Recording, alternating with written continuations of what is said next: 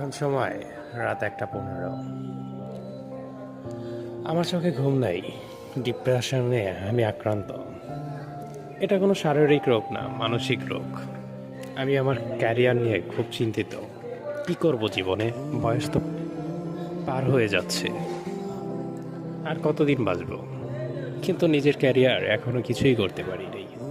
না হতে পারছি পরিবারের কাছে আপন, না নিজের চোখে নিজেকে সম্মান মনে হয়। কোনো কিছুই করতে পারিনি।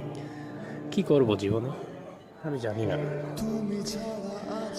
প্রবাসে যাওয়ার ইচ্ছা, কিন্তু প্রবাসে যাওয়ার জন্য ভিসা নাই।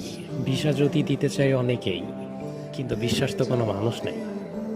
বাংলাদেশে এমন একটা পরিস্থিতিতে আছি, এই দেশে কাজ করতে চাই, কিন্তু কাজের কোনো উপায় নাই। আমি প্রবাসে যেতে চাই, কিন্তু প্রবাসে যাওয়ার কোনো মাধ্যম নাই। কি করব?